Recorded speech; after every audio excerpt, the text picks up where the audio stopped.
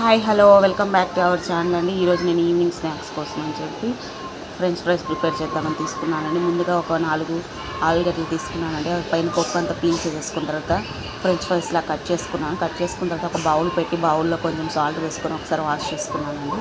Wash చేసుకున్న తర్వాత పొయ్యి మీద ఒక కడాయి పెట్టి దాంట్లో కొంచెం వాటర్ వేసుకొని ఈ ఫ్రెంచ్ ఫ్రైస్ ఒక 5 మినిట్స్ ఉడికించుకొని తర్వాత పక్కన పెట్టేశాక ఇలా పొడిగుడ్లో వేసుకొని ఆ వాటర్ దించిపోయే వరకు దాన్ని కొంచెం ఫ్రై చేసుకొని ఒక బౌల్లోకి తీసుకున్నానండి.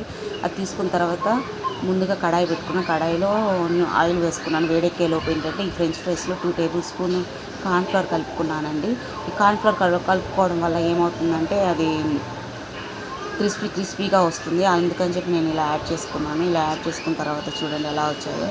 బ్రౌనీ కలర్ వచ్చేంత వరకు వేపుకోవాలండి ఆయిల్లో. ఇలా వేపుకున్న తర్వాత ఫైనల్గా ఇంకొక బౌల్లోకి ట్రాన్స్ఫర్ చేసుకొని దాంట్లో కొంచెం ఉప్పు కొంచెం పసుపు కొంచెం కారం వేసుకొని బాగా మిక్స్ చేసుకోవాలండి. ఇలా మిక్స్ చేసుకున్న తర్వాత ఈ వేడి మీద వేసుకోవాలి. ఇలా వేసుకోవడం వల్ల ఏంటంటే బాగా ఉప్పు కారం బాగా పడుతుంది ఫ్రెంచ్ ఫ్రైస్కి.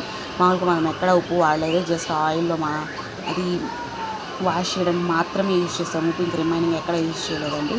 ఫైనల్గా ఉప్పు కారం వేసుకొని ఒకసారి మిక్స్ చేసుకొని సర్వ్ చేసుకోవడమేనండి. టమోటా సాస్తో తింటే అదిరిపోయింది అసలు. సూపర్ అంటే సూపర్. ఇదిగో మా బాబు అప్పుడే స్కూల్ నుంచి వచ్చాడు. మమ్మీ ఏం చేసావంటే చాలా అంటే చాలా బాగుందన్నాడు. డెఫినెట్లీ మీరు చేయండి. ఎలా వచ్చింది నాకు కామెంట్ చేయండి. అంతకంటే ముందుగా ఎవరైనా ఛానల్ చూస్తుంటే ముందుగా సబ్స్క్రైబ్ చేసుకోండి ఫ్రెండ్స్. Thank you.